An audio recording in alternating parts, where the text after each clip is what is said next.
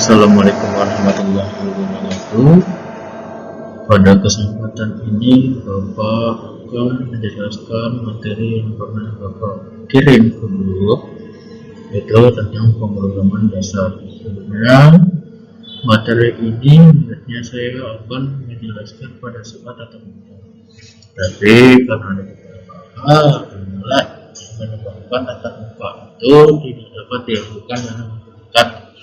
Jadi pada kesempatan ini mau saya akan menjelaskan materinya di video kali ini.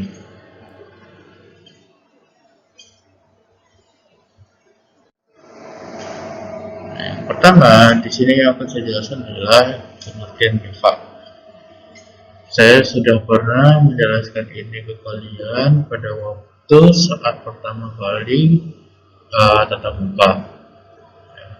Sini, Java adalah bahasa pemrograman besutan dari Oracle yang dijalankan di berbagai komputer termasuk terminal. Nah, Oracle itu apa? Oracle adalah sebuah perusahaan yang bergerak di bidang IT. Ya, jadi dia menciptakan suatu bahasa yang dikembangkan dari bahasa C dan C++, yaitu adalah bahasa Java. Aplikasi-aplikasi berbasis Java umumnya dikompilasi ke dalam P-code atau bytecode dan dapat dijalankan pada berbagai mesin virtual Java atau JVM. Jadi selama device kalian itu memiliki JVM atau mesin virtual Java, maka device kalian dapat menjalankan aplikasi yang berbasis bahasa pemrograman Java.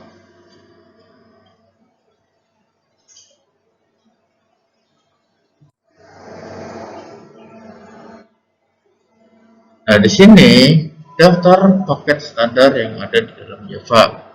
Yang pertama ada Javalang atau Java Language. Ya, di sini untuk peruntukan kelas-kelas elemen dasar yang digunakan di dalam Java. Lalu di sini ada Java.io, peruntukan kelas input dan output termasuk penggunaan kelas.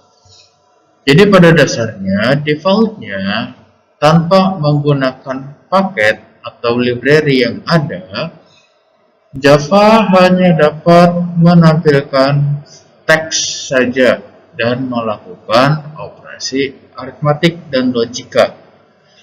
Tidak ada input, tidak ada output berupa berkas. Nah, untuk dapat melakukan sebuah input, maka ada paket yang harus ditemukan. Contohnya di sini ada paket yang berada dalam Java.io dan Java.util. Ya, ini dua-duanya juga sama. Ya, juga bisa menggunakan terdapat kelas input dan output. Kalau di Java.io ada yang namanya Java.io.bufferedReader. Itu fungsinya untuk membuat buffer reader, dan ada input stream reader itu untuk membuat sebuah fungsi di mana program akan dapat merekam keyboard kalian. Jadi apa yang kalian tulis akan terekam oleh komputer dan akan menjadi sebuah inputan atau masukan. Yang ketiga ada Java util. Ya, di dalamnya juga sama nih untuk peruntukan kelas pelengkap seperti kelas data dan kelas-kelas penanggalan. Dan di sini util itu juga terdapat scanner ya, scanner untuk membuat sebuah kalau kita bisa bilang inputan juga ya, sebuah inputan itu Java.util dan scanner. Lalu yang keempat ada yang namanya JavaNet untuk peruntukan kelas TCP/IP yang memungkinkan berkomunikasi dengan komputer lain menggunakan jaringan TCP/IP. TCP/IP itu apa? Biasanya kalian tahu dengan yang namanya internet. Ya, internet atau jaringan lokal seperti LAN, itu kalian sudah tahu ya. Jadi kalau kalian ingin membuat program yang saling terhubung antara satu komputer dengan komputer lain, kalian harus menggunakan Java.NET ini. Lalu ada yang kelima, ada Java AWT, yaitu kelas dasar untuk aplikasi antarmuka dengan pengguna GUI atau GUI. Ya, di sini GUI itu apa? GUI itu adalah Graphic User Interface. Apa itu Graphic User Interface? Graphic User Interface itu kalau istilahnya agar lebih mudah dipahami oleh kalian, itu program yang memiliki sebuah tampilan gambar, warna, dan fungsi tombol. Ya. Contohnya seperti aplikasi yang sering kalian gunakan, misalnya kayak Instagram itu GUI. Ya. Selain GUI ada yang namanya CLI atau CLI. Itu command line interface. Dia hanya berbasis teks saja, tidak ada gambar, tidak ada warna, dan tidak ada tombol, hanya teks saja. Nah, kalau kalian ingin membuat sebuah aplikasi yang berbasis GUI, ya, kalian harus menggunakan Java.AWT. Lalu yang terakhir ada yang namanya Java.Applet, kelas dasar aplikasi antarmuka untuk diterapkan pada penjelajah web. Jadi kalau kalian ingin membuat sebuah aplikasi yang terhubung ke dalam sebuah penjelajah web atau web browser, kalau kalian tahu seperti Chrome, Firefox, terus Internet Explorer, ya kalian harus menggunakan Java.Applet.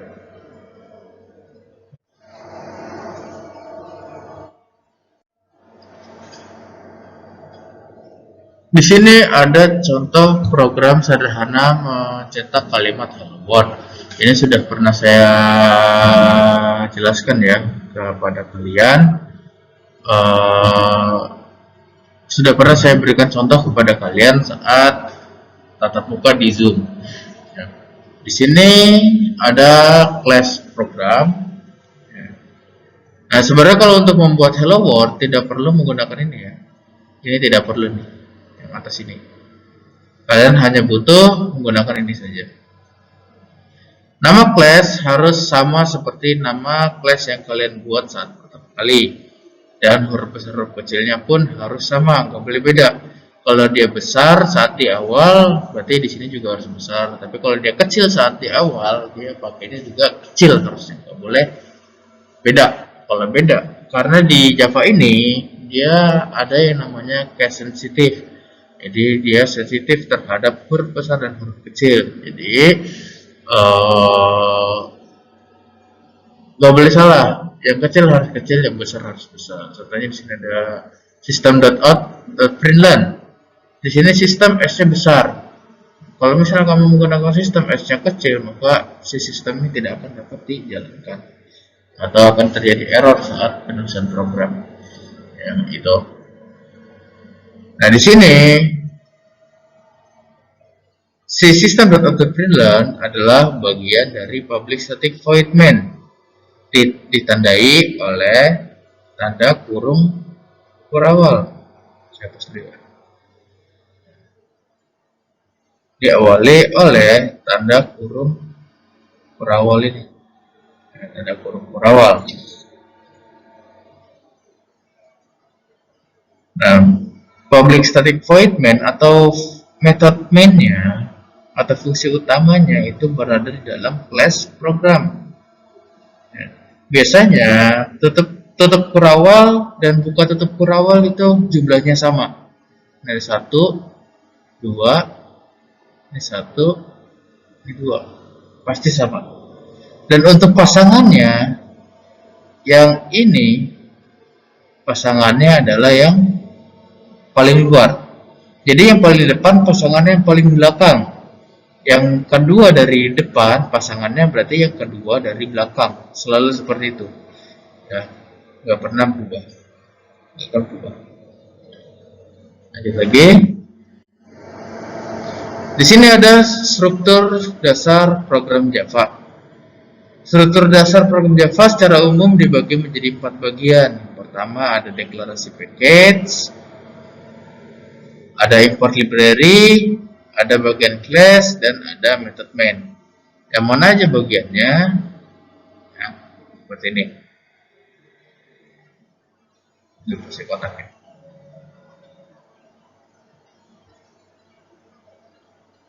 Seperti itu. Ya. Deklarasi package yang adalah yang ini. Deklarasi package, deklarasi import library yang ini. Bagian class adalah semuanya yang ada dalam class program. Method main adalah semuanya yang berada di dalam method main. Pertama, deklarasi package. Package merupakan sebuah folder yang berisi sekumpulan program Java.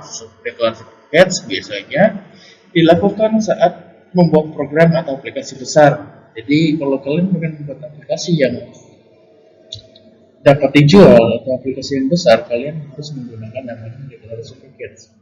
Tapi kalau kalian hanya membuat program yang kecil saja, kalian tidak perlu menggunakan deklarasi package ini. Di package ini fungsinya untuk mengambil source code atau sumber kode dari aplikasi lainnya atau folder yang berada di sebuah aplikasi. Oke. Di sini ada bagian import. Di sini ada bagian import. Pada bagian ini kita melakukan import library yang dibutuhkan pada program. Library merupakan sekumpulan class dan fungsi yang bisa kita gunakan dalam membuat program. Contoh library-nya adalah import java.atil.scanner. Jadi saya sudah bilang scanner itu fungsinya untuk merekam keyboard kalian agar menjadi sebuah inputan ke dalam program.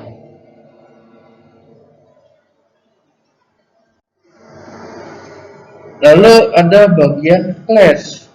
Java merupakan bahasa pemrograman yang menggunakan paradigma OOP atau Object Oriented Programming. Setiap program harus dibungkus di dalam class agar nanti bisa dibuat menjadi objek. Blok class dibuka dengan tanda kurung bracket, kemudian ditutup atau diakhiri dengan tutup kurung. Di dalam blok class kita dapat mengisinya dengan method atau fungsi-fungsinya dan juga variabel. Pada situ di atas terdapat method main. Ya, ada method main yang ini ya. Ini adalah method main yang berada di dalam class. Nah, di dalam bagian class program.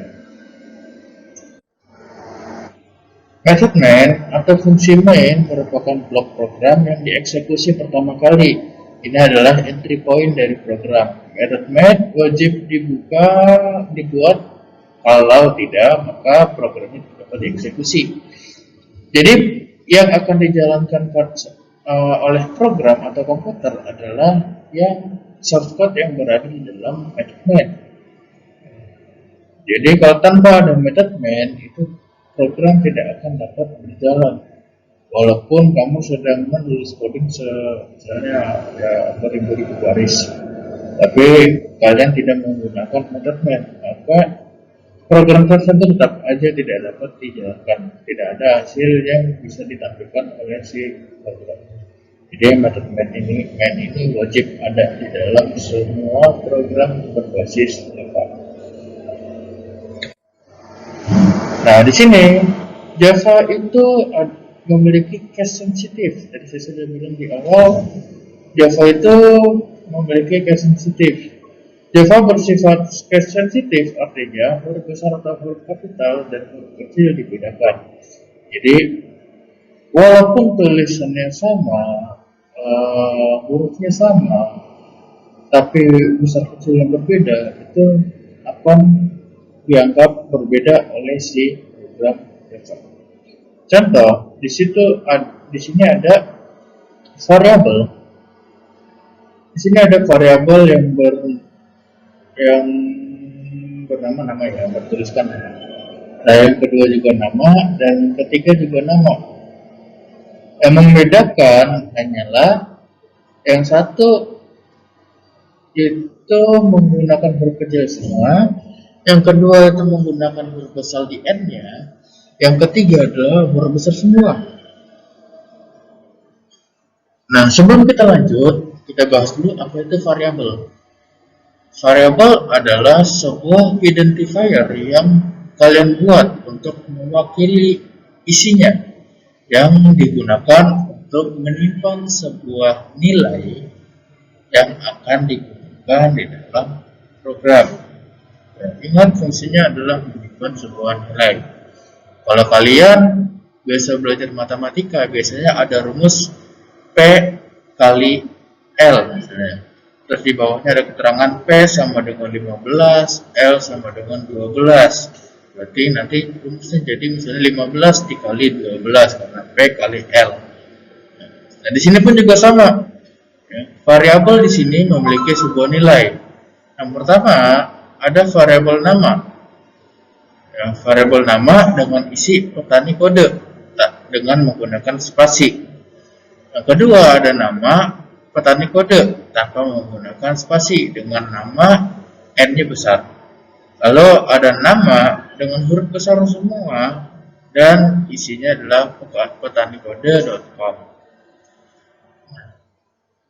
Satu lagi, di sini tipe data yang ada di sini menggunakan tipe data string atau yang mana artinya variabel yang memiliki tipe data string itu dapat menyimpan kumpulan dari karakter seperti huruf, angka, dan simbol, dan ditandai dengan tanda kutip. Ya, ditandai dengan tanda kutip.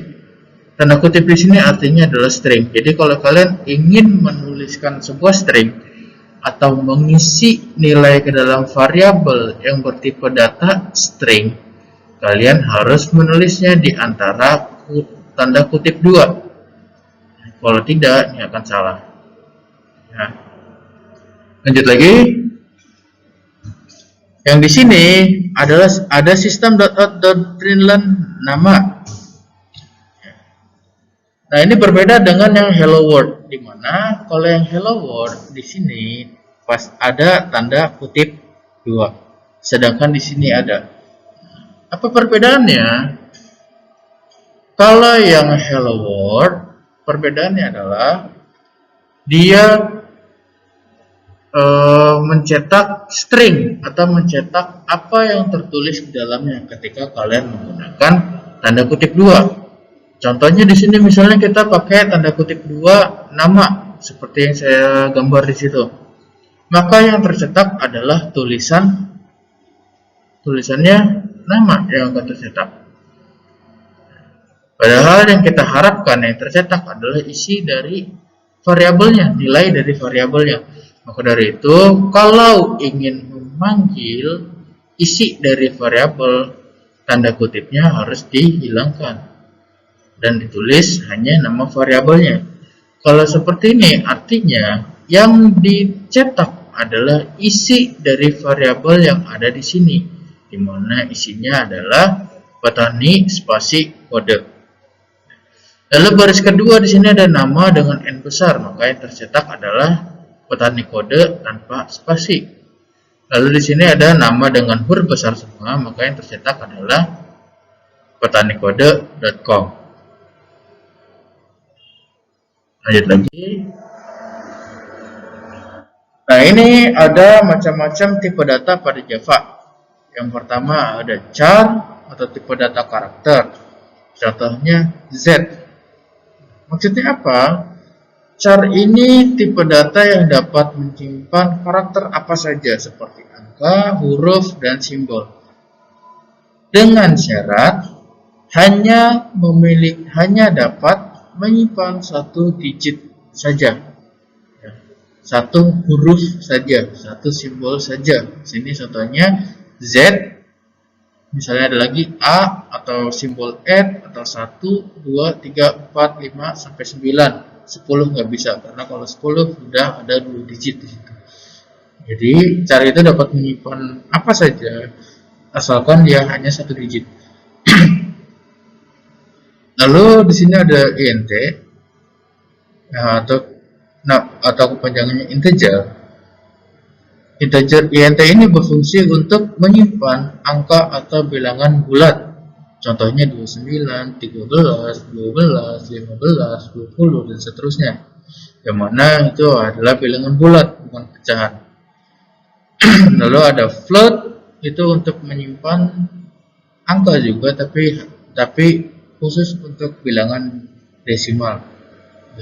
Contohnya 2,1, 2,5, 2,4, 5,1. Gitu. Lalu ada double ini juga sama seperti float untuk menyimpan bilangan desimal juga. Tetapi perbedaannya adalah si double ini daya tampungnya atau memorinya itu lebih banyak daripada si float, dibandingkan si float.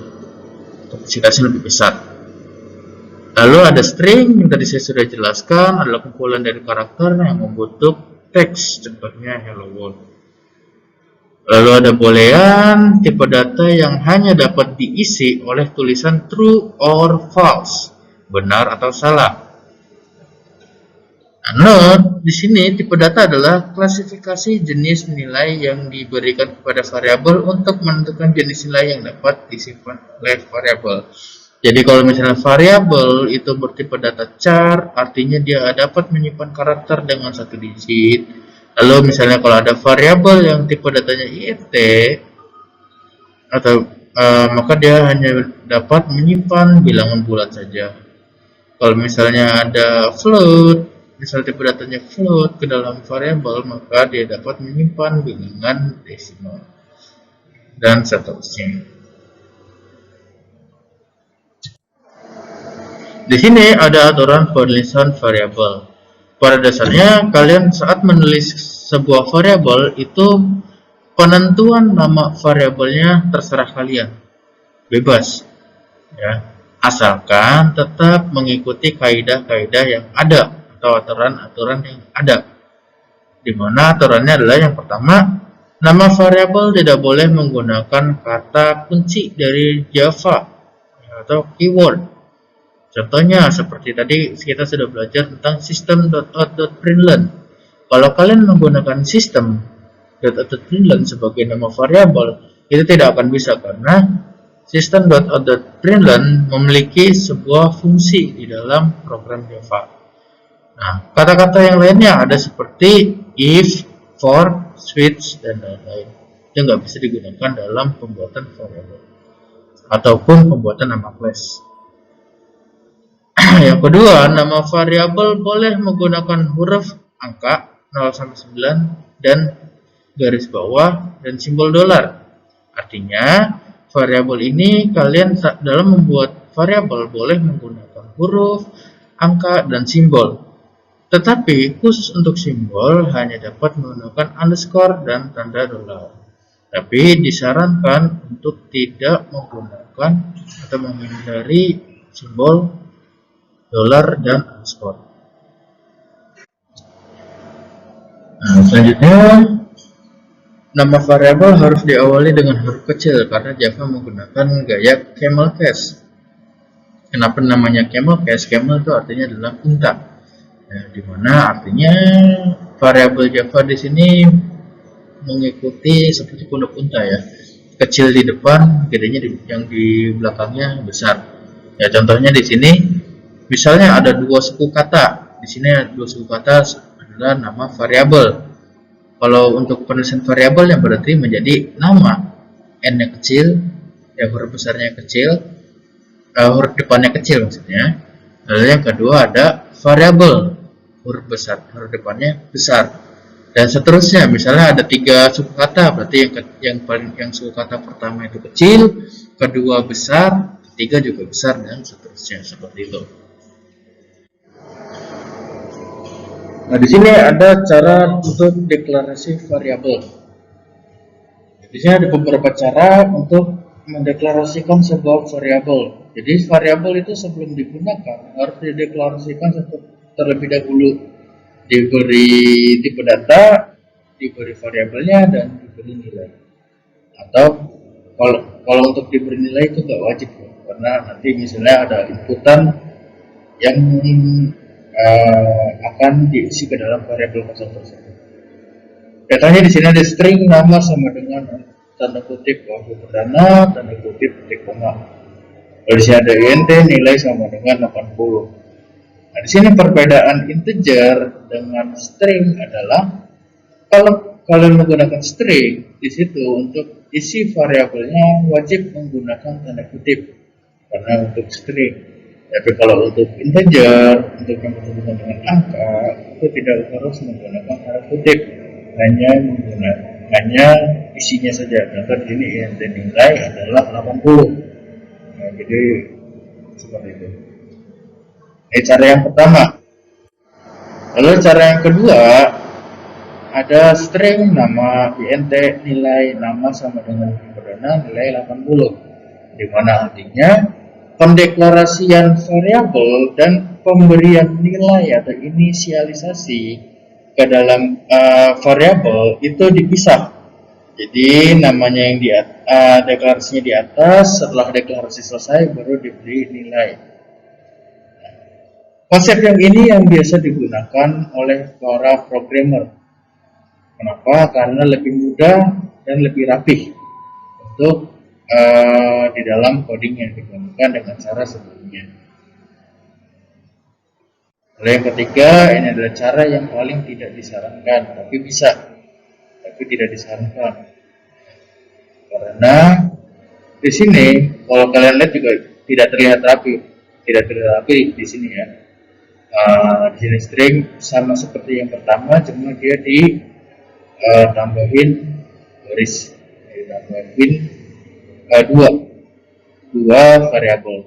Jadi yang sebelumnya kan string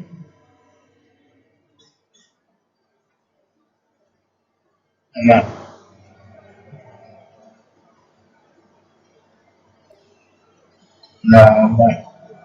Nah, itu juga bisa digabung, misalnya ada tanggal,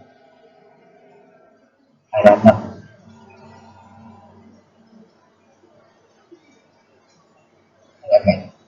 Titik, koma.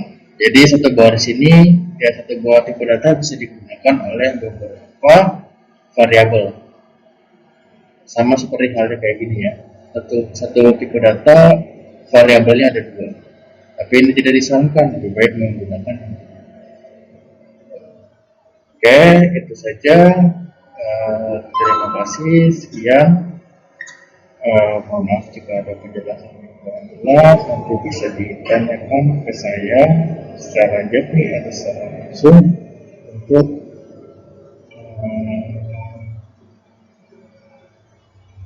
jika ada yang kurang jelas. Terima kasih. Assalamualaikum warahmatullahi wabarakatuh.